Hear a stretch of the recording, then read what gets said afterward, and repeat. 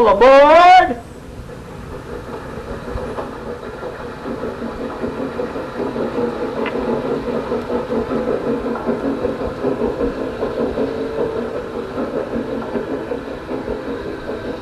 Next stop, Chicago Junction.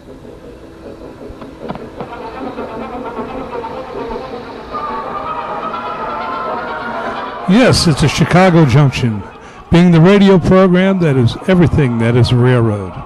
Now here's our boss, the head of the Windy City Hometown Network, as well as being the chief engineer, Mr. John DeVita. Thank you, Brian. Welcome, ladies and gentlemen, to another broadcast of Chicago Junction from the John DeVita Broadcast Center on the Windy City Hometown Entertainment Network on Monday, July the 28th, the year 2014. Today, the panel will be talking about railroads and model railroads.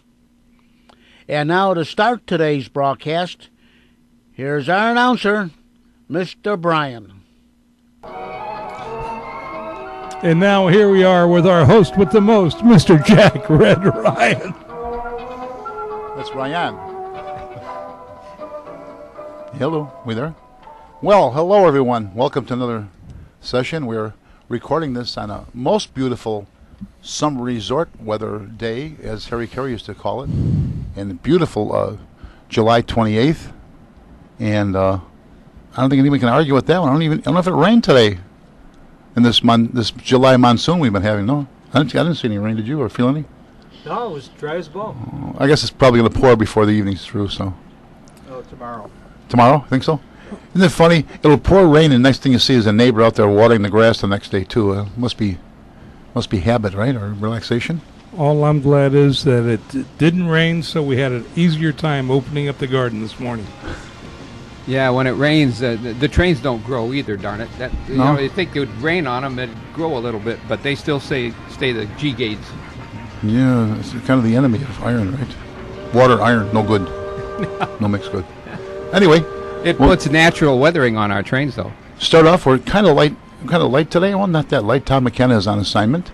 And to my right, we have Kevin Barry with what club is that? The Chicagoland Lionel Railroad Club. Okay. Next up, Dave DeRushka, and you're a professional, retired, correct? Correct. Retired engineer. And from what? Metro, Wisconsin Central, Illinois Central, Chicago Northwestern. Okay. And sitting directly across, filling in, and doubling as the announcer tonight, Brian Valou? That is correct. And what are your affiliations, Brian? Oh, my affiliations is retired Navy. Was a locomotive engineer and conductor with the C&W UP and Metra, and with the Chicago Area Garden Railway Society and Midwest Rails. A Navy career man? Yes, sir. How many years was that? 24. And you came out as a? Chief Petty Officer, Chief Gunner's Mate. Now, Chief Petty Officer, would that be equivalent to what, like a Master Sergeant, or? Well, yeah, we were in E7. So I was the same as a gunny sergeant in the Marine Corps. Okay. And Doug Kenyuk? Howdy. Yes, sir. Yeah. From academia, correct? Yes. Wright College, and also represent the Railroad and Short Lines Club of Chicago. Okay. And special guest star tonight, Mr. Dave Rodelius from Chicago Botanic Gardens. Yes, sir. For 15 years, I've managed the Chicago Botanic Garden. I was in on the original building of it as well. And when was that? That was back in 2000. So Okay. we've been around. We were only supposed to be there for 5 months that summer, and it turns out that it became a permanent project right now. So we're very The Botanic happy with Gardens that. is only that old, or is it where you were? This is the Chicago Botanic Gardens after I retired from professional photography for 35 years. Oh, okay. Yeah. What kind of photography was that? I did commercial, portrait, all types, and had a great life. I had my own studio. My dad and I started the business, or didn't start the business. We bought the business in 1961, and so we went along, and then after my dad passed away, I took it over and ran it for another number of years. Do you still do any photography too? I do some photography, but I don't do any commercial, professional photography anymore. I just do my own little stuff. Okay. And it's not as good as it used to be. Can you tell us about Chicago Botanic Gardens and who runs it, who owns it? The Chicago and then the railroad connection. In the railroad connection, okay. The Chicago Botanic Garden owns the railroad. Back in 2000, they found Paul Bussey down in Kentucky. Actually, he was in Cincinnati at that time, I believe. And they contracted with Paul to design and build a 7-track railroad for us to operate for just the summer of 2000. And so we had that going, and we kept it going. We had 7 trains out there, and we never let a train stop. If a train failed, we put another engine out right away so that everything was running constantly. And we became known more or less around the world for the fact that we always had our 7 trains running, not just 2 or 3 and the rest of them broken down or whatever, but we kept them running. And so even now we have built up to, at this point, 18 trains that we keep running all day long for 6 months during the summer. Yeah. And Botanic Gardens, is that part of the Forest Preserve system? Or yeah, that's the Botanic Gardens is run by the Chicago Horticultural Society, and we take up the space from the Chicago Forest Preserve District. Cook County? Yeah, Cook County, Cook County, yeah, yeah. right. Yeah, Okay. we're just short of Lake County right there. Yeah. And where are you located? We're at 1000 Lake Cook Road in Glencoe, Illinois, and it's real easy to get to. As you come north on Eden's Expressway, watch for Lake Cook Road. You pop off of Lake Cook Road going east, and it'll be the first big driveway on your right as you're going east. You can't miss it. So we've got 385 acres there that we have. Our railroad covers 7,500 square feet, and like I said, we've got 18 trains in that, and we've got some marvelous, fantastic buildings that Paul Bussey's team makes. They're all natural material. And in fact, I was just down there a week ago to visit with Paul and his team, and see what's coming up. I beg your pardon. It's worked out very well. We had a good time with him and the crew. I haven't seen them for a while. They come up in the spring and help us set things out. And if we want something new and different, they'll build it for us. And then we always plan on changes every year. If it's the same thing every year, people get bored with it and they won't come. If we change things, they'll be happy to come and watch what we're doing there. You have 18 trains running? 18 trains, G-scale trains. Brian, are these what you were talking about, the garden size, and which is how big? G-scale. Yeah. G-scale. It's about 1/24th. Well, we're actually 1 to 29 on most of our stuff. 1 to 29, 1/24. Yeah. And are there? How big is that actually now? Okay. It runs on number 1 gauge track, which is bigger than O gauge, and they're the size of the old.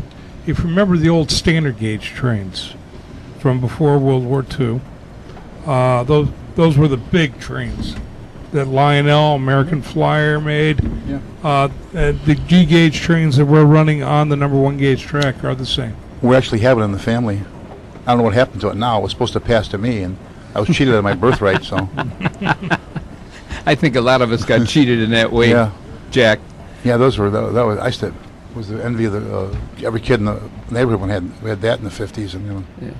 One year, my cousin got one of those sets for Christmas, and between my dad and his dad, the kids couldn't play with it. We never got to play with the darn thing because my dad and my uncle were standing there playing around on the floor like 2 kids, just like we were. Train sets and Christmas trees. Yeah. Oh yeah, 1900 Christmas and Joshua Lyle Cohen were never the same. Now, is there admission or a membership for the? Yeah, we have admission charges for our regular visitors. It's $6 for adults and $4 for a child. Membership is, if you have a membership, it's $5 and $3. So open year round? No, we're only open from Mother's Day weekend through Halloween weekend, and towards the end of October there. But we do have, after that, we have a 2-week sort of hiatus, and we're planning now to do the new, what is called Wonderland Express. And that is an absolutely fantastic show. It's all the different holidays, and we have the flowers are just spectacular. And this year we'll be running 10 trains indoors. Last year, the last few years, that's 8 years old now. That's been going on for 8 years each holiday. And but this year we're going to be just 2 trains because of some remodeling that was done in our cafe where we ran Thomas around the ceiling. And then we got a Jutras Hall, they call it, where it's the entrance to the whole display, and that is going to have a totally different display. Usually we had some sort of a train in there, and that was usually a Lionel train because it was a gingerbread village, and we tried to scale the train to the village. So that worked out pretty good. But this year we've gotten word that it's going to be a whole different display in there, so it'll be 2 less trains for us to really worry about. And that's not going to really hurt us too bad, but we got to figure out what we're going to do with Thomas, because Thomas is so popular. Oh yeah, particularly in the cafe like that, because the kids are just sitting there getting dizzy watching it around the ceiling, and so some of the parents ended up in that same shape. Now, is this where you put in time to, Ryan? Yeah, he works with me, I work with him, and we argue a lot. Oh yeah. Never changes. No, No, but we have fun. If my slogan is, if you don't have fun in the railroad, you don't belong in the railroad, because we have fun out there. Does the Botanical Garden do anything over the Christmas holidays? That's what I was just talking about with Okay. Wonderland Express, Kevin. Yeah. Okay. Yeah, it opens up at the Friday after Thanksgiving and goes to the first week of January. And there is a steeper charge for that because it's a lot more horticulture involved. Because the whole thing is built up from the floor. Every year we build that from the floor up. And then what we do is keep the main tracks and the supports for it. We have 2 high tracks, and then we have 8 other trains in the corners, low corners. And then we've got we run 2 trolleys. They've got those around. And so it keeps us hopping. It takes a lot of doing. And Paul Bussey's team comes up for us in early November and starts building it up for us. And the last couple of years, we're the ones that have been tearing it down because they get so busy they haven't got time to come up and help us tear it down. So we've been doing that job, and we've doing it very well, very efficiently. And we've got a group of men who I've got 17, I think it's 17 now, engineers who are seasonal part-time paid, and we have close to 80 or 83 volunteers that come and help us each morning. Each morning's crew, they get there at 8:30. They've got to clean all 18 tracks, and we've got some little brushes on cars, and we've got some cleaning cars that we use Scotch-Brite as pads just to burnish the track. All we need to do is burnish that evening's dirt off of it in the morning, particularly after these rains we've been having. Oh, it's been horrible. But we burnish the tracks, and then we got to lay the trains out. Every train comes off the track at night. The night crew cleans all the wheels on every engine with either a Dremel tool or alcohol and Q-tips. And those little cotton swabs and alcohol just take that stuff right off the wheels real well. And then we've got the morning crew doesn't have to worry about trains not running as far as cleanliness goes. They've got to worry about trains running because of the rain and stuff we've been having lately. And the rain coming down splashes all the mulch up on the tracks, and then we've got dirty tracks. So we've got dirty, and it's raining. We do run in the drizzle. If it's drizzling out, we run because they're supposed to be garden, and we protect the sound cars or the sound engines. We protect them, and but we can put engines out there or take the sound cars off. But other than that, we've got a pretty good thing going up there. All we do is in a gully washer, we drop these covers over the trains, over the engines. Cars can get as wet as they want to, and that gives us that beautiful weathering effect, you know, the rusty cars and all sort of stuff. Plastic doesn't rust that well, though, darn it. But the wheels and the trucks look pretty cool, I'll tell you. And so, but we do have an awful lot of fun up there, and it's a wonderful project. And I was just lucky I didn't have to pay for the job. Just as long as you don't reenact that little accident with the Boeing fuselages. Oh, wasn't that something? Oh, Lord. Oh my gosh, yeah. It's always a something. I've got a dear friend that works on one of the railroads here for a railroad company here in Chicago, and she's constantly sending me emails regarding all of these things.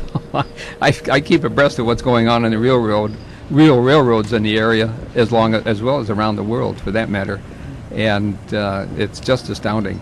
And all the work that's being done over in England now in restoring some of the engines they've got over there is a tremendous amount of work being done over there, just like here. They're really working on some of the old locomotives over there to get them back on the road.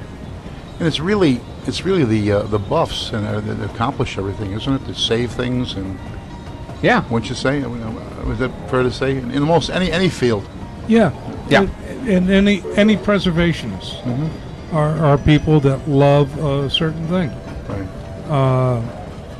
I mean, look at the restorations. Either the musical instruments are part of that history. The automobiles, planes, and finally, people are really taking an interest in the trains. They're sort of akin to being archaeologists sometimes. That is true. You find whatever it may be, restore it, or discover what you have. Yeah, yeah. Well, okay, we're prime example before our show tonight. Yeah. And we were talking about the Highline Park in New York City, which was made on an elevated line that it turned into a walking park because of all the not natural but unnatural vegetation that had grown there from all the seeds dropped from all the birds over the years. And when it became unused, they made a walking park out of it. And that was on the High Line. That was a High Line to take it's 13 feet above the track level that they took the trains off the roads. And we were talking about 10th Avenue, which had the tracks in the roads, and they made the elevated line because it was so dangerous. Even with covered trains and warning, people still got hurt by the train. It's funny you should mention about different plants along places like that. As a kid, we had a really beautiful spot. There was about a quarter mile, completely undeveloped, right next to, I guess it'd be the Belt Line there. It was 65th to Marquette Road on Bell Avenue, all undeveloped. But along there, you could also walk partway up the embankment. And it seemed like there were all different kinds of plants that didn't grow everywhere else, looked like tumbleweed or something. It was probably brought in kind of accidentally by the trains, it would seem. Oh, yeah, from the grain cars and stuff like that. Just pick it up and carry it, with them, or, accidentally. Yeah, pick a branch up of a weed, a tumbleweed for that matter, and it could come in and drop off in the yard, and then bingo, you got it growing. Animals and plants get spread like that. I know there are West Texas jackrabbits around Idlewild. Was it LaGuardia now? Up that way, and they came in on different freight planes. Oh, so. Well, that's how the palm trees wound up in Ireland.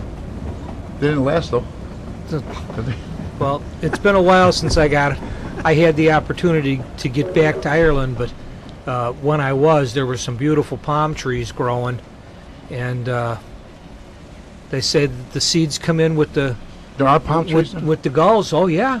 I'll be darned. Yeah. Well, it's Yeah. What the birds eat, the birds deposit. Yeah. One way or another.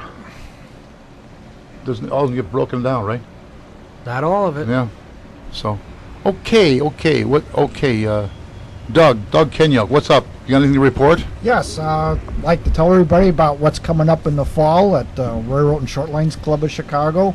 On September 19th, we got Jack Kelly coming in to tell us about passenger trains of the 50s in the Chicago area.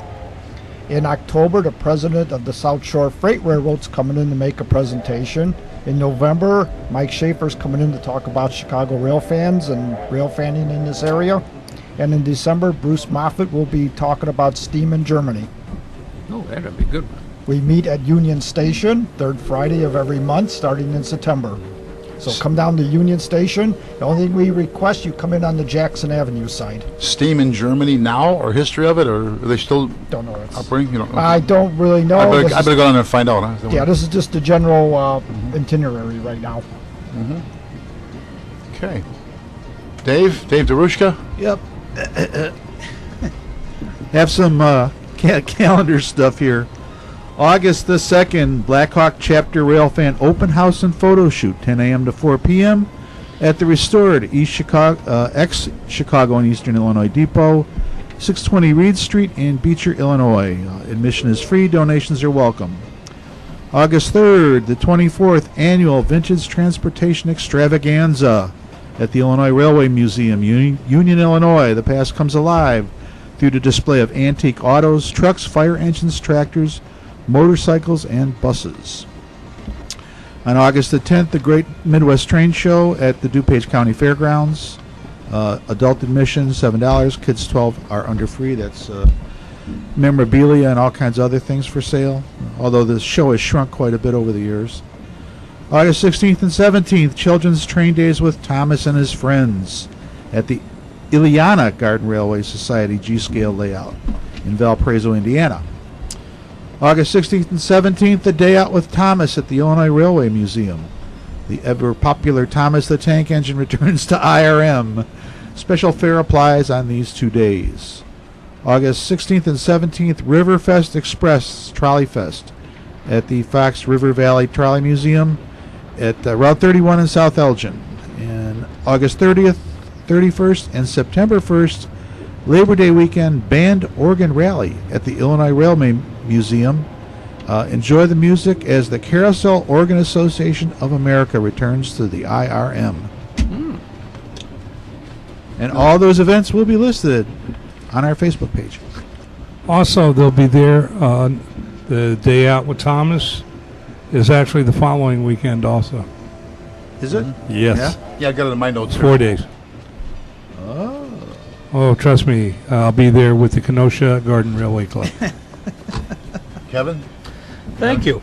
It's been a busy summer for the Chicagoland Lionel Railroad Club. A lot of maintenance of way projects, including the new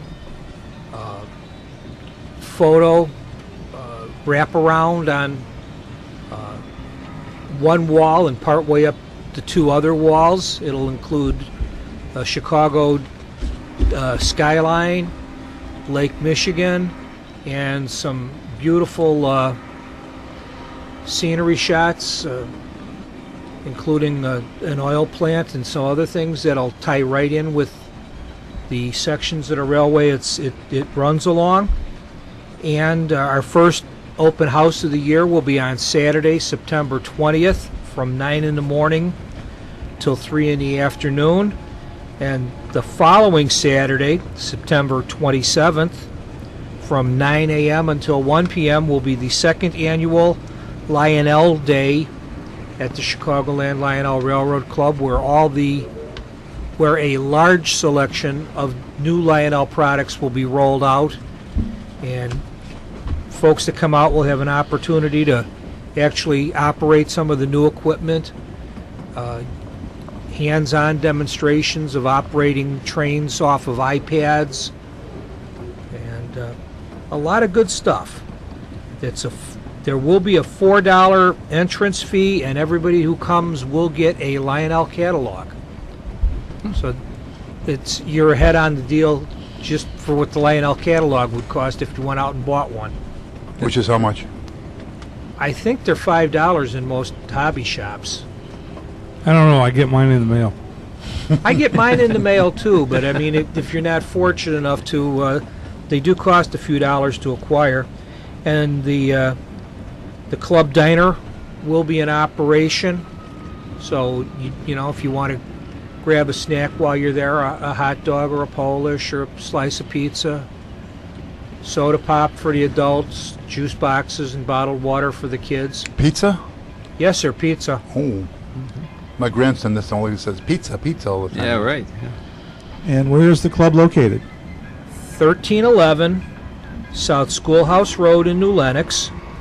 And if that's not an address that you're familiar with, you can either go to the club website, which is www.clrctrains.com, or you may call 815-485-2588, and if you would like to register ahead of time and state your intentions of coming out on the 27th, you may call our club president, Herb Coach, at 708-361-2483. And if you forget what I just put out, you can Google the Chicagoland Lionel Railroad Club, and you will be directed to our homepage.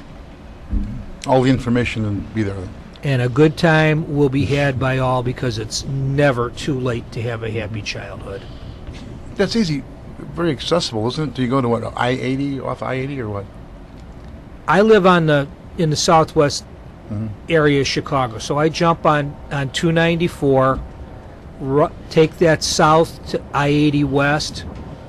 I get off at Maple Street, follow the ramp down to Lincoln Highway, take the ramp to the right, so I'm proceeding east. It's about 4 miles to Schoolhouse Road, which just happens to be marked by Lincoln Way High School on one corner and Walgreens on the other. Turn right, go 1 mile, and there will be signs out for train show. If you do come from Lincoln Highway and you get as far as the Canadian National Tracks, you've gone about 100 yards too far. If you're coming in off the south and you're coming from Laraway Road, you want to go north on Schoolhouse about 1 mile and look for the sign that says train show. And if they do it properly, they'll put the one out that's got the red signal flag hanging from the top of the sign, because it catches your eye just a little bit quicker. Very good. I got a few things here, and they're going to be a little bit repetitive. I have the from the Illinois Railway Museum about Thomas and Day Out with Thomas. And as you said, Brian, and what Dave said before, it is 2 weekends. It's August 16th and 17th and August 23rd and 24th. And my daughter has already got some tickets. I'm not even sure which day it was. We'll be going out with the 2-year-old and also his grandson. Well, then I will see you out there. Yeah. I'm with like I said, with the Kenosha. You be there all days? Club. I'll be there at least the first week. Kenosha what now? The Kenosha Garden Railway Club will Okay. be set up at one of the tents. Anyway, anyone doesn't know who Thomas is, I suppose all the kids do for the past 20, 25 years, whatever it is. The little animated series is from some books, I guess. They've given personification to the all the engines, the face and personality, and. Well, a father made up the stories. Reverend Aubrey. Is that what it was? From England, made up stories about Thomas and his friends. He was a rail fan, train spotter. Yeah. And he made up stories for his kids, and all the engines, all the different types of engines had the different names, and corresponding personalities, and they made personalities for him, and it was kind of neat. I know the little guy. Well, he's 2. He loves to watch Thomas all, and he doesn't like it though. They show some scenes where Thomas has got to struggle to move something. He makes an awful face, and Jack doesn't like that at all. Doesn't understand yet what that's all about. So he will. I'm sure shortly. But you need to see the earlier stories that were narrated either by Ringo Starr, who was the original Mr. Conductor. Oh, really? On the Thomas series, and George Carlin. George Carlin took over Ringo Starr's place as Mr. Conductor. There's a pair for you. Yeah. And what it was, they were using actual model trains in O gauge, and they had the moving eyes, and they had little faces that they could slip on, and not the animation. Yeah. And it looks actually a lot better. It did? Yes. Yeah. I know it's very good animation now, because the movement, even though the characters don't look 100% like real people, but the way they move, it's very much like Mr. Top Hat, or what's his name, Sir Topham Hatt. I'm just getting into it now. I'm sorry. I'll learn one of these days. Then. No, that's okay, because it was here in the U.S. that they gave him the name Sir Topham Hatt. Oh yeah. When you read the story, there's a thick volume of all the stories that have most of the characters that you will see in the animation, or all of them. But his name, he was the Fat Controller. Ooh, that hurts. Did not have a name. He was known as the Fat Controller. Yeah. Don't look at me. We run Thomas up at the Garden, of course, all the time. But we do have Percy, we do have Emily, we do have James, and now we have Toby. And I ran into Toby by accident by being at the Milwaukee Fest show up there, and I ran into one of the vice president of Bachman, and I was talking to him about the problems we have keeping Thomas running, because it's a little difficult. They're not easy engines to run 8 to 10 hours a day, 7 days a week for 5 months. But the kids will tell us if we have the passenger cars behind Thomas right or wrong. A lot of the adults that work with us up there, right, Brian? They don't know which one goes first, but the kid knows which one goes first, and he won't waste any time in telling you Clarabelle is first, and Annie's, yeah. They tell you, Mister, you got him on backwards, and they like it. And the other thing we get a kick out of up there is wrecks. We do have our train wrecks. We do broadside cars over crossings and that type of thing, and we have derailments. Chipmunks cause trouble. Not on purpose, though. Not on purpose, No wrecker involved here, right? No. We do have records, though. We can put them out. I mean, no wrecker, no guy that's out extorting money from you. No. We're no extortion yet. Thank gosh. But the Chipmunks might start that next month. You never know. They're organized out there. Yeah. The early part, in the May and June, is when we have problem with toads. Yeah, I was going to say the toads get us too. Well, and we call it rolling toads because the trains hit them and roll right over them, and then the toad's either staring you in the face or he's, looking weird, and then we or just he limps brush him. away. Yeah, he limps away usually. Yeah. At least it's not a Gila monster. Yeah. Right. Yeah. Exactly. Or snakes. Godzilla. Yeah. Right. Yeah. Time for a break, I think, isn't it? Is that what we're getting? The word from the office, our electrical engineer and chief in charge, John. Time for a break. You are listening to Chicago Junction on the Windy City Hometown Entertainment Network from the John DeVita Broadcast Center. And now back to Chicago Junction and our panel. Go. Back on? We're back on already. Well, it was quick. We were out there, took a little recess. We were out playing on the swings and the teeter-totters for a while and climbing the monkey bars, Remember? You have to be careful of monkey bars anymore. Did anyone ever, when you were kids, you played the monkey bars, you were on the swings. There was never any padding and never anything of it. You rode a bike. No, there was sand. No. Yeah, but I mean, a lot of times it was hard lucky. surface too. Oh, yeah. A lot of times it was gravel. Oh, Yeah. sure. Uh, And then they started putting bark down, and all you got was slivers. You rode the bicycle and no helmet. You rode the kid on the crossbar and the handlebars and. Well, it was neat. You had that one path that went right through the monkey bars, right in the middle. And then when you go through on your bike, you go up, you grab onto the bar so your bike goes through. I remember when I was. And then gets flung out, and then you forget and let go, and.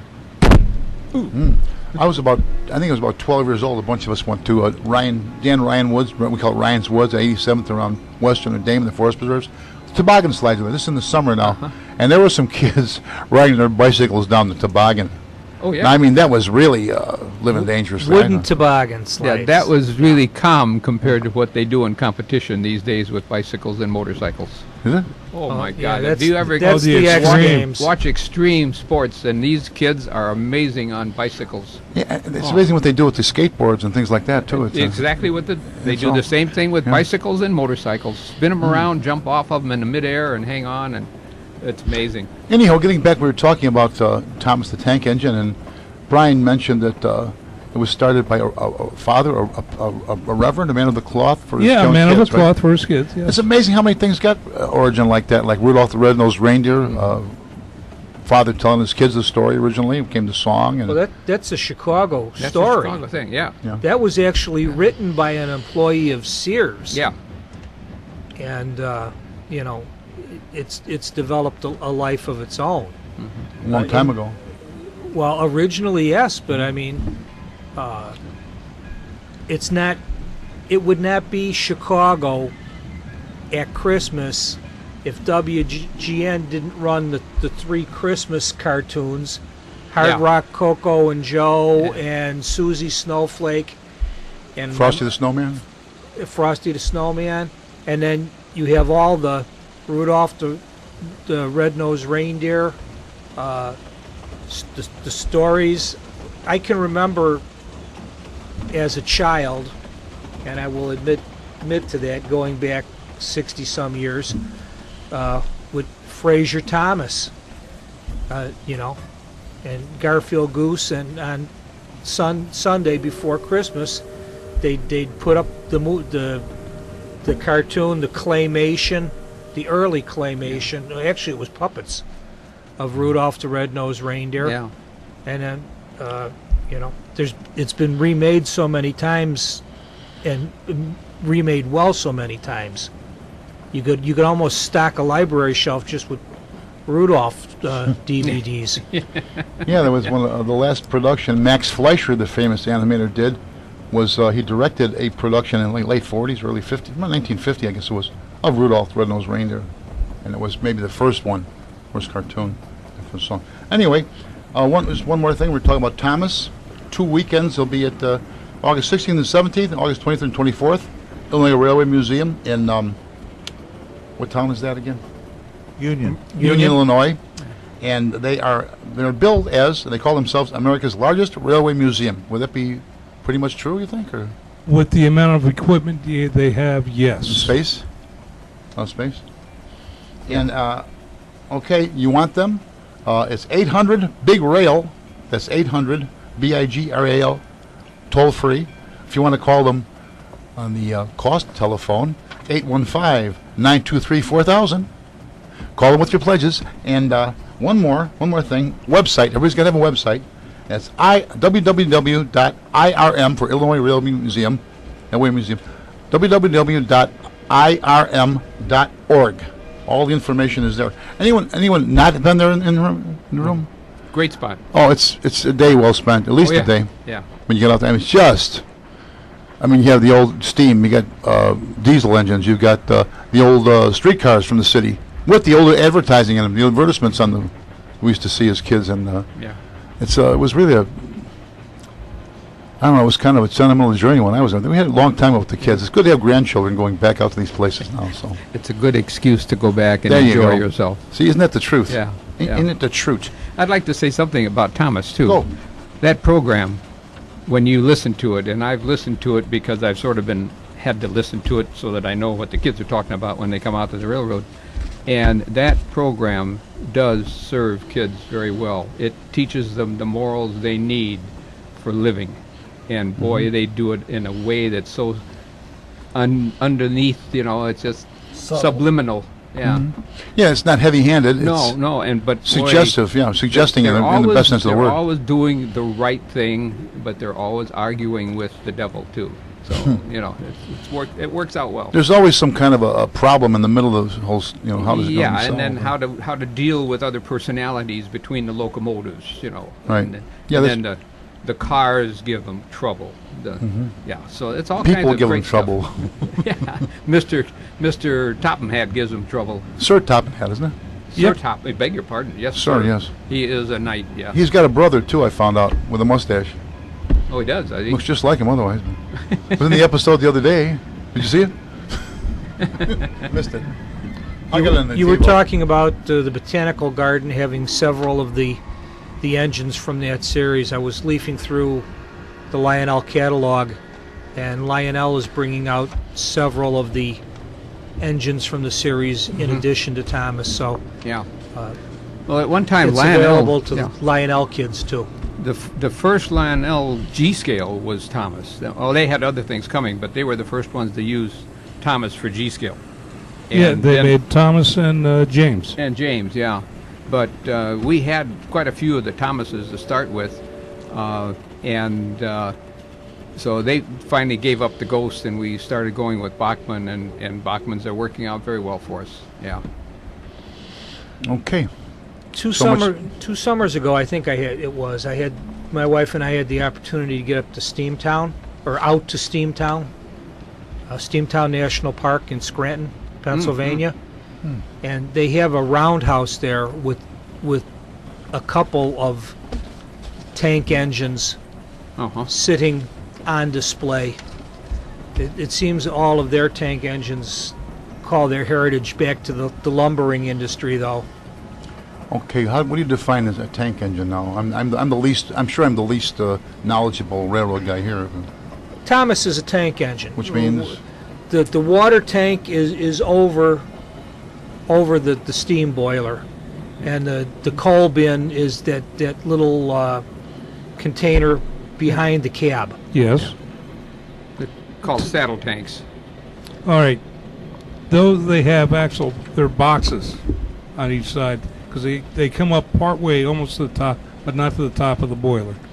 What most of the engines in the U.S. have are saddle tanks, where the tank actually sits over the boiler. Mm-hmm. And that's what gets filled up every once in a while when they have a stop. Yes. Somewhere. And I think that's where the term Tank Town came from also. Well, Tank Town came from when they were building the railroads, and they've gone. You go a certain distance, and they say, okay, next place you come to, it's got water. We'll drill in, and we're going to make a water tank there. Yeah. Yeah, that's what. It was common, and you see it like a good example in the General, 1926 or 27 was it? 28. Oh yeah. He goes by the one spot, and it was it's pouring, and then he puts his hand out like it's raining or whatever. Oh yeah, when he pulled the spout off, yeah. Yeah, which is a great picture, no matter which way you look at it. It's historical, it's comic. It was very photography is close to that of a what's his name? Was it Matthew Brady? Was a Civil War photographer? Oh, yes. Yeah. A lot of them just looked like this. That's what the design you can see was very much in mind then. Okay, we had one other thing. John, can you come out of the control room a minute? We're going to need you. We have a special presentation today. He doesn't know about it. Nobody knows about it, even me, because we're not doing it. But anyway, we were supposed to have a call-in from John. This is East Troy Railroad Museum you've discovered, right? Yes, right. And it's where? It's in East Troy, Wisconsin. Near Elgin. Oh, East Troy is. East Troy. Oh, Okay. Wisconsin, right? Yes. Yeah, okay, East Troy, Wisconsin is right up by my summer home, and I'm in Elkhorn, Wisconsin. And East Troy is the next town to the west of us. Mm-hmm. And one day we were going down Route 20. My sister and I happened to see a big sign say a railroad museum, and I stopped there and brought some of our little leaflets over there, and I talked to the people, and they were very, very nice, and it was a very interesting couple minutes that I spent in there. It looks like on their website, which is East Troy RR, www.easttroyrr.org, and it looks like it's maybe a similar operation to the Fox River Trolley Museum has. Yes. But you were programming with it, right, Brian? Yeah, over in Elgin, yeah. Fox Valley Trolley Museum. Fox Valley. Is it fun? Is it? I'll get it straight one of these days. As long as I don't say Fox Deluxe. But what about, what would you say, was it similar to that, or? Yes, they're similar to that. They have a nice run that they go out to a farmer's market. It's called The Elegant Farm. Elegant Farmer. That's Yeah, right. right. My sister was just there last week. Elegant Farmer Depot. Right. You could board the train there or downtown East Troy. They have a substation there that they turned into a museum. Right. And you can buy your tickets in there. And on the other side of the tracks is a good old-fashioned ice cream parlor. That's right. Mm-hmm. And if you catch it just right at Christmas, when they do their tree decoration in town, they bring Santa in No, they. by trolley. Oh, cool. Oh. He comes in. I'll have to check that out then, because I'm up there every weekend. Now, that's not very far to go for anyone that's in northern Illinois or going toward Wisconsin or Madison, isn't that right? That That's would be- correct. It would be a nice trip. So if anyone, make a little side trip, they're not going to be disappointed. Okay, if you know where Lake Geneva, Wisconsin is, where I imagine more than a lot of people do, there is a, right after you pass Route, if you're on Route 12, and once you go north of Route 50, there's a sign there that says East Troy, and you can take that right into the town. If you go straight down Route 12 like I do, then you come into Elkhorn, Wisconsin, and then and East Troy is just to the west of us, maybe about 5-10 miles west of us on Route 12. East is to the west? Yes, Elkhorn would be straight, and then you go west. East. I'm sorry. It's east. Delavan is west. Delavan is west, and East Troy is east. Yeah. There you go. Anyway, we were supposed to have a call in from there, and I spoke to the guy you said I was supposed to call. I talked to him on the phone. Finally got a hold of them. They're only open Friday through Sunday, running, I guess, where their schedule looks. But his name was Ryan Jonas, Jonas, yeah. And we had a very good conversation, and he was very interested, but he couldn't handle it himself because he said this previous Saturday they got married. So I said, well, excuses. Can't you give us a call or something? Anyway, he said, would it be? He said before, would it be in person or in the on the phone? I said, we'd like to come down for the show. We'd like to have you, but telephone would do. Yeah. So anyway, he gave it to someone else, got an email, and the person never got back to me. So we'll have to do it another time with them, huh? Okay, what I'll do is next weekend when I go back up there, because we're going to be going into East Troy again, because my sister likes to do some shopping out there. We'll stop in. I'm going to stop in there again and talk to them and see if I can get them to participate in our program here. Have you been on the train yet or no? No, I haven't. I was with my sister, and we were kind of in a hurry to get back to the house. So I happened to see the sign. I had the flyers in with me, so we stopped. Went in there for a few minutes and came right back out again. Okay. East Troy is a nice place. That's what's left of the Milwaukee Electric Light Railway Company. That's right. Yeah. That's what it is. That's the last operating piece, and it was owned by the city of the municipality of East Troy. Yeah. They just recently sold it to the museum guys, but they also ran freight service with electric cars. I would say from Route 12 and Route 50 in Lake Geneva to East Troy is about approximately 15 miles. But like I said, there is an exit that says East Troy right after you cross over Route 50. There is a sign that says East Troy. I think it's Route N or Route NN that takes you into East Troy. On the county road? Yeah, county road. Yeah. Okay. Mm-hmm. But as I said, it's there, and the funny thing is, you can run into so many interesting spots along if you take a highway drive instead of flying or something. Where we went to we're going to try and talk to these people too later, but not today. But went to Disney World. It was 1984, I believe, and so on the highway going down whatever highway it was, I can't remember which one it was, interstate. The sign says, "Big Shanty Museum, the General, this way." I said, we got to check this out on the way back. The actual General is there, but now it's called the Georgia Civil War Museum or something. It's around. Big Shanty is now known as. They're the town that when Oak Park passed the law about not having guns, they passed an ordinance saying that their people have to have a gun. Remember that? Oh yeah. That's the very town. So I can't think of the name offhand. Pardon me for not, but it'll be one we'd know if we heard it. But so now the general is there. General almost went to the scrap heap in the 30s. They did have it working for some lumber company or something, hauling logs up and down somewhere over there too for a while. So. But it's there and it's restored, and is it just sitting, Jack, or is it running? No, it doesn't. I don't think it's running. When I saw it, okay, it's indoors. It's stationary, retired. Restored. Yeah, it looks beautiful. So it's like a big toy. So. Oh, it ran in the 60s. The L&N ran it. Did they? Yeah. Okay. All right. So it could run if they wanted to, right? Yes, restoration's possible. Yes. It's so beautiful. It's like who'd want to move it off its little pedestal now? And like you say, everybody mentions the General, and we keep injecting. The Texas also exists. The Texas is where? The Texas is the locomotive that chased the General. Yeah, right. Is that in Georgia? It's there somewhere? Yep. Where about? I forgot the museum it's in now. Yeah, the engineer, whoever was, hopped on. It's in Atlanta. Okay. Well, I didn't know that too. Well, that's good to know. Both parts of the story there, huh? So, anyway, what else we got going, gang? Anything? I've got something on streetcars if you want. Well, hey. Kenosha's got streetcars, and Kenosha streetcars cost you. Last time I was up there a few years ago, 25 cents a ride. And they must be losing money. I don't know how they're doing it, but they've got a great bunch of streetcars up there. They were one of Wisconsin's first streetcars, cities. Yeah, yeah.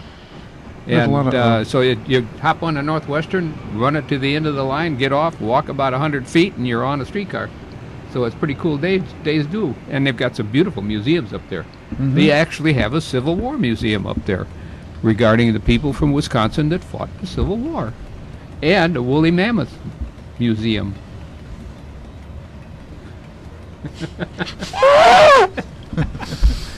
Mammoth. Yeah. I saw It's pretty cool. I took my grandson up there. We had a ball. Yeah. Oh, We that had was a fun. very good time. I saw that was in there. I said the newspaper. It said they had a mammoth clearance sale going on there, so that must be what it was all about. That could be. That could be. It's a woolly mammoth museum, they call it. Actually, yeah. Well, that's yeah. They're both right next to each other. Right there, you take the trolley right out, and it goes right past the museum. I've been there. I didn't know all that. Of course, when I was there, It's on the lakefront down there. Yeah. Yeah, that's a beautiful area, and No, it's cool. the street. Now you mentioned streetcars alone. Now that brings a lot of good memories back. Does anyone here remember the streetcars in the city? Oh, yeah. You weren't here, right? Not here, but I do. I remember seeing them in Philadelphia. Are they still there now? or And no? north. Yeah, they're still in Philly. There's 2 lines left. Uh-huh. And for some reason, they kept selling all their streetcars, and some of them ended up in Kenosha or San Francisco. Dave, do you remember any streetcars anywhere? Or? No. No. Okay. No, I lived in Buffalo, and they were pulled up the tracks before I was born. A lot of them got paved over here in Chicago. Oh yeah, They don't- yeah. We actually had streetcars in Evanston too at one time. We had a trolley car that ran from Evanston all the way out to Harms Woods. Yep. You And that wonder was how- a And you had the streetcars that went right down Western Avenue from right, exactly. from Howard Street or Asbury Yeah, at the end of the city, all the way out to way 79? south. Yeah. Yeah. Yeah, and then during the war, my mother ran my father down into Western Avenue to get on the trolley to run out to the Pratt and Whitney plant where they made the airplane motors. Okay, I was born and raised at Addison and Oakley, right by Lane Tech High School. Oh, okay. And there was a radio station, out in Evergreen Park. I can't think of I can't think of the name of it now. But anyways, they used to play all kinds of the old time radio program shows, and I would take and go over to the streetcar at Addison and Western, go all the way to 95th and Western. Dahan Hi-Fi, that was the name of the place. And I used to buy all the records. In fact, all those records that you see on that shelf right there all came from 95th and Western. Oh my gosh. I used to go out there and spend at least $100 whenever, and That was a buy- lot of money back then. Yeah, Bud. and was worth then I get on the $100 in those days. streetcar, and then my grandpa DeVita, he worked for the railroad for CTA, Uh-huh. Yeah. and he laid tracks was on it Western CTA? Avenue. Would have been Chicago surface lines in those Yeah, days, probably. yeah. huh? Mm-hmm. Yeah. I know they just tore down the old barn at is it Archer, Archer in Pershing, California. and Rockwell. And also the one over at North Avenue and Cicero. When I was originally worked in the area, it still said Chicago surface lines in the bricks. They covered that over eventually. That's gone now. The old bus barn is gone at 69th and Ashland. And anyway, you had like there were three different streetcars I recall.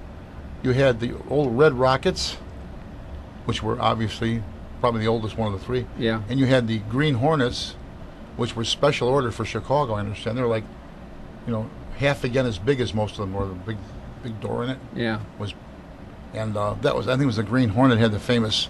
There was a fire around 63rd and Wentworth. Hit a gasoline truck. Right.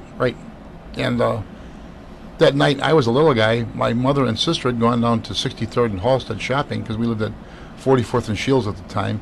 And the radio said it was at 63rd and Halsted.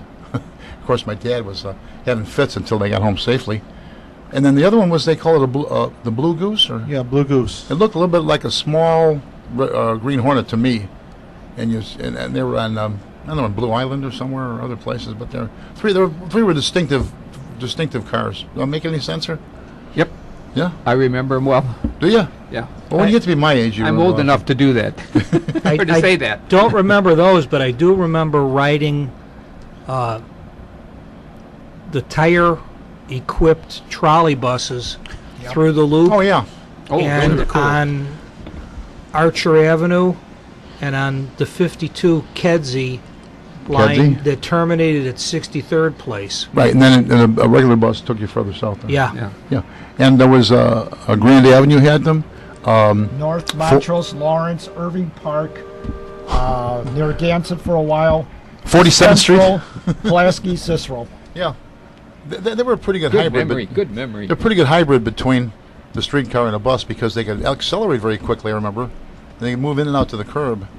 Yeah. But I know you mentioned before, Ray? Dave. Dave. Well, Ray's sitting next to you there. Yeah, that's right. Looks just like Yeah. you. But Ray, anyway, Ray Valou. Kenosha has streetcars still. So does Toronto. Toronto, Canada Yeah. has a very, very beautiful looking line. The very big ones, they remind you like the size of these, the Green Hornet was, but they're obviously more modern since then. Yeah. One of these days, I'm going to get down to New Orleans and ride the trolleys on Charles Street. I had a chance, but I never got to ride the trolley. I just got to I save was so save angry. my pennies so I can get on those Pullman cars that they tag on the tail end of the city of New Orleans. And if I'm going to go, I'm going to do it in style. It seemed like this One was of them named Desire. One Yes. of them named those Desire. Desiree, isn't it? Desiree, yes. I'm sorry. I left an E off the end. It seemed like it was a very, dependable way of getting around. For one, with the rail the way it was, and obviously you had to keep it clear, and the people did. They always carried sand in the back of the old ones. I remember they would maybe have to throw out sometimes on the Yeah. it's just I wonder what sometimes we have to Called get rid of- Armstrong sanding. It wasn't dumps from the sand drum on the steam engine. You had to go out there and throw it with your arm. So Armstrong. Armstrong Oh, sanding. Armstrong. Oh, I get you. Yeah, Armstrong sanding. Oh, Here's a piece of trivia for you. go. You've had a poor boy sandwich at some point in your life, haven't what? you? A poor boy sandwich? Yeah. A po' boy? Oh boy. Okay. That came about during one of the strikes down in New Orleans when the trolley drivers went out on strike. There was a little stand, and the lady would make shrimp po' boy sandwiches and sell them to the guys for a nickel a piece. And that's where that actually came from. That's cool. That's a good piece A of little trivia. piece of trivia. Yeah, Oh. it's a great It piece. just happens to tie in with railroads. How about a pound cake? Where did the pound cake come from? You throw a pound of this and a pound of that. Here's one, and this I know we're digressing somewhat, but a lot of terms are just going out of usage. No one knows what you're talking about. Baker's dozen, for example.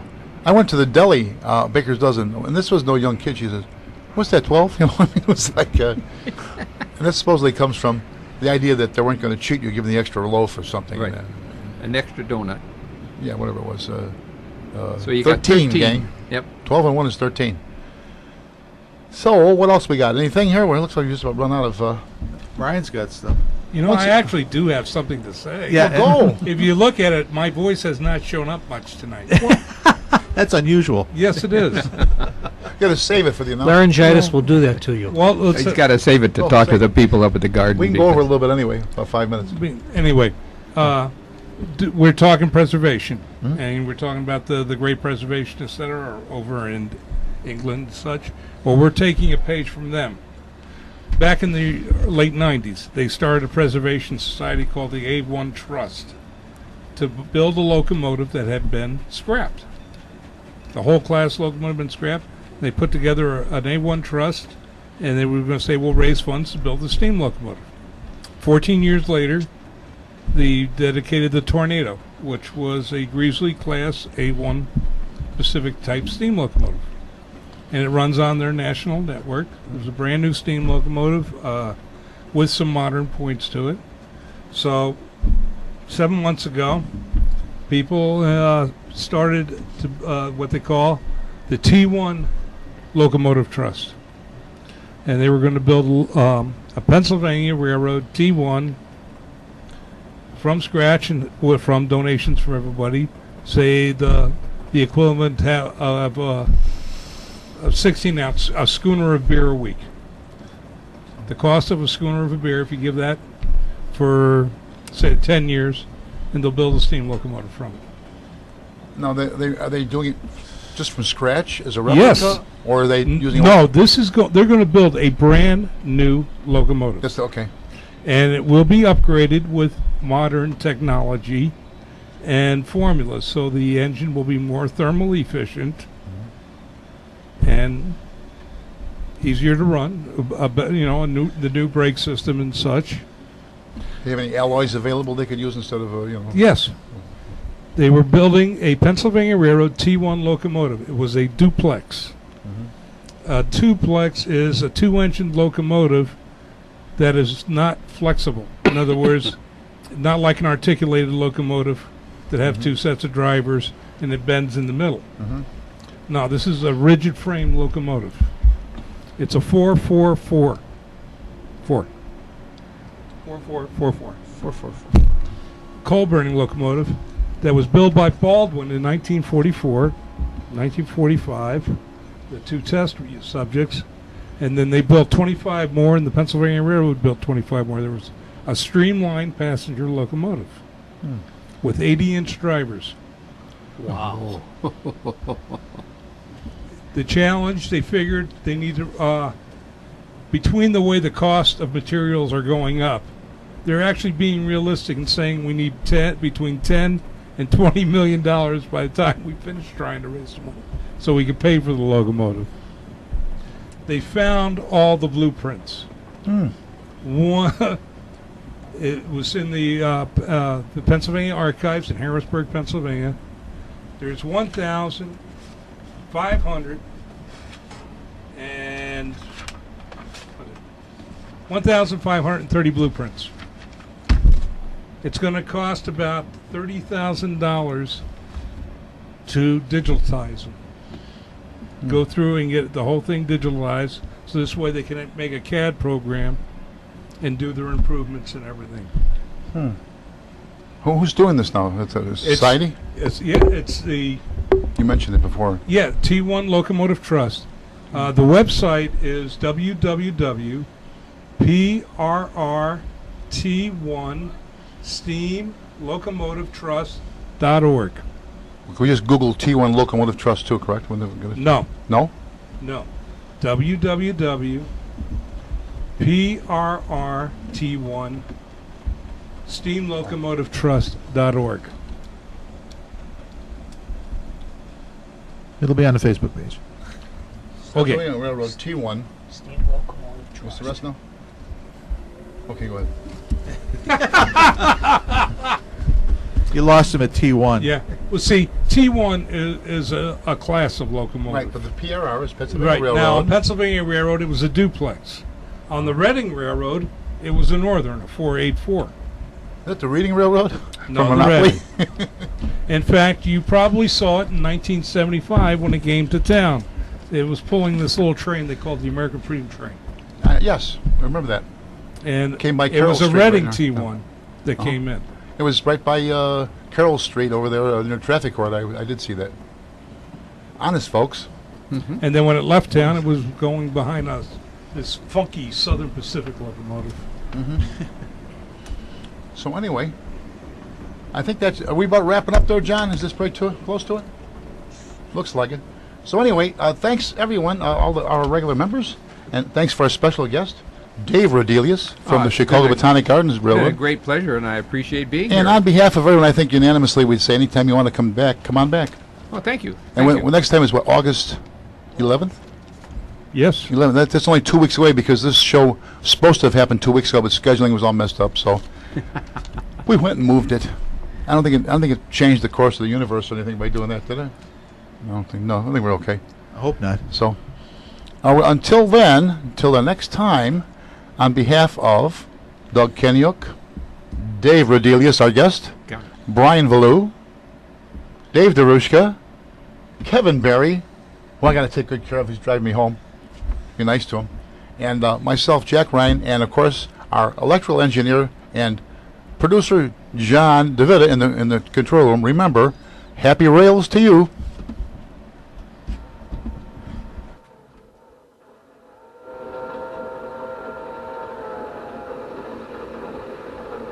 All aboard!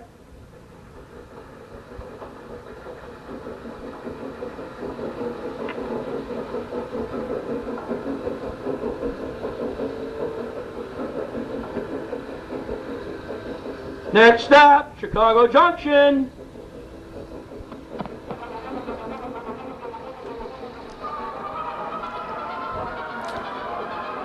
Join with us again next time as we take our railroad of the imagination on our continuing journey through the wonderful world of trains. Chicago Junction is a production of the Windy City Hometown Radio Network and can be heard over this station as well as at windycityhometown.com, where recordings of all our shows may be heard. Once again, all aboard. This is your announcer, Brian Ballou. Thank you for listening. Oh, yeah, the conductor was portrayed by Charlie Johnson. He's a struggling young actor, really in need of work.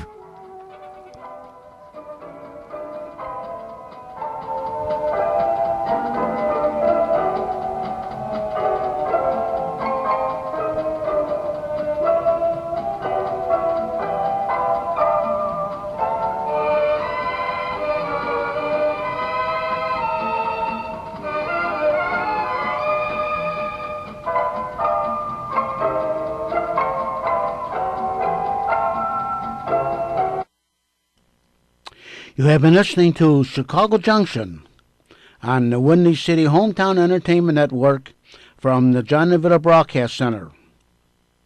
Chicago Junction was produced by Jack Ryan, directed by John DeVita, edited by Stephen Lehman.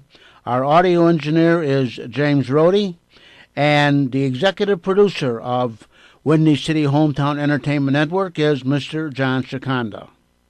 This program was pre-recorded on Monday, July the 28th, the year 2014. Until next time, be safe, and thanks for listening.